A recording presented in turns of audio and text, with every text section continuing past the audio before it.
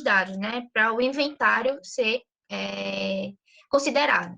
E aí existe o chamado enumeração ou censo, ou por amostragem. Enumeração ou censo é chamado de inventários completos, são aqueles inventários em que você mensura todas as árvores que existem na área. Se tiverem 330 árvores na área, você vai mensurar as 330 árvores, coletando CAP ou DAP, a sua altura e, no final, estimando o volume dela. O mesmo não acontece para a amostragem. A amostragem está dizendo, são amostras, parte da minha população, parte do meu todo. Então, eu vou pegar a amostra, vou separar a minha floresta em amostras, e a partir dessas minhas amostras, eu vou mensurar as árvores que estão dentro dessas minhas amostras, né, dentro dessas minhas parcelas, e aí, a partir dessas parcelas que eu mensurei, eu vou estimar o restante das minhas outras árvores que não estavam nessa parcela. Então, por exemplo, tenho 100 árvores e eu dividi em 10 parcelas. Cada parcela aí contendo 10 árvores. Então, essas 10 árvores, num caso, eu vou mensurar, e as outras que não pertenciam a essas parcelas, eu vou estimar a partir disso que eu coletei. Certo? Vocês entenderam isso? Gente, Sim. entendeu? Ok. E aí, hoje existe um modelo matemático mais usado para que a gente estime volume, né? No caso, nesse tipo de inventário amostral, que é o chamado modelo de Schumacher-Hall, que é um modelo que não é linear, né? É diferente do comportamento hipossométrico, que é o chamado comportamento da altura, né? Da árvore. O volumétrico, ele não é linear, ele é logaritmo, né? Ele vai aumentando de acordo com o tempo que a árvore vai desenvolvendo. Então, aqui a gente tem o modelo, que é o ln de V, onde esse B0 e B1 são coeficientes que são calculados através de uma regressão, e aí eu não vou adentrar muito sobre isso, porque eu não tenho muito conhecimento sobre isso, mas você faz uma análise de regressão, e a partir com o DAP e com a altura, você consegue estimar o volume que existe ali de madeira naquela minha área. Lembrando também que, normalmente, quando a gente vai fazer esses cálculos, né, de volume, as empresas, elas possuem o seu modelo matemático. Então, por exemplo, se vocês estiverem fazendo uma consultoria para a empresa, provavelmente vocês vão fazer o volume madeireiro de acordo com aquela fórmula que ela já tiver. Então, se ela já tiver um modelo matemático específico para calcular volume, vocês vão usar o volume, calcular o volume de acordo com a fórmula que eles tiverem. Porque, além disso, tem também chamado de o coeficiente, né? De forma, coeficiente de forma. Que esse coeficiente de forma, ele interfere quando você vai calcular o volume.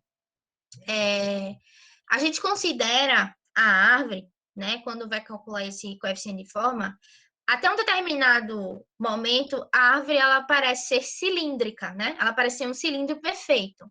Mas isso não acontece de verdade. A partir do momento que a gente vai chegando na copa, ela vai afinando e vai se tornando mais um tronco, né? Um cone. E aí, o que é esse fator de forma, né? Esse coeficiente de forma?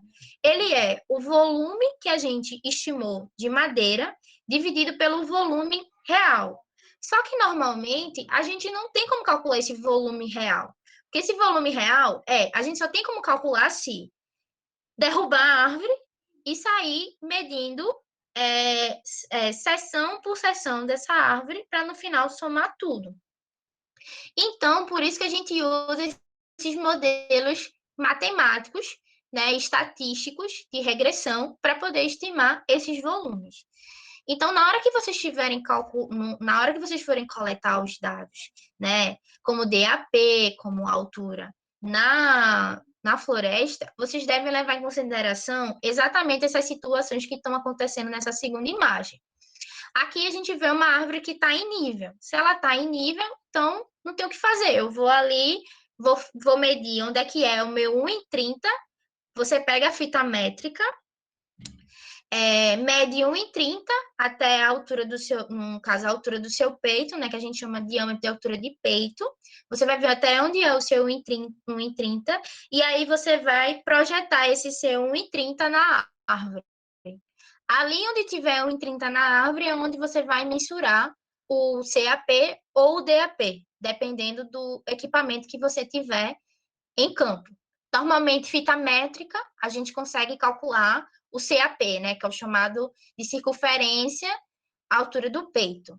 E se você tiver com uma suta métrica, aí a gente consegue calcular o DAP, no caso, o diâmetro realmente.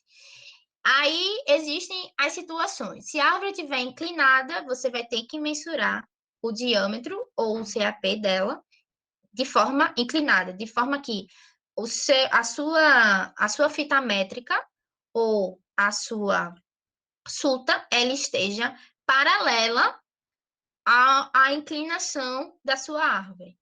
Se você tiver uma situação em que tenha bifurcação, ou seja, troncos divididos, basicamente é isso, tronco dividido. Se você tiver troncos divididos, existem duas situações. Existe a situação em que o seu 1,30 dá exatamente onde existe a bifurcação, ou dá a bifurcação acima desse 1,30. Quando a bifurcação dá acima desse 1,30, você vai medir apenas onde tem 1,30. Se onde tem 1,30 não tem a bifurcação, você mensura normal ali a circunferência tranquilo.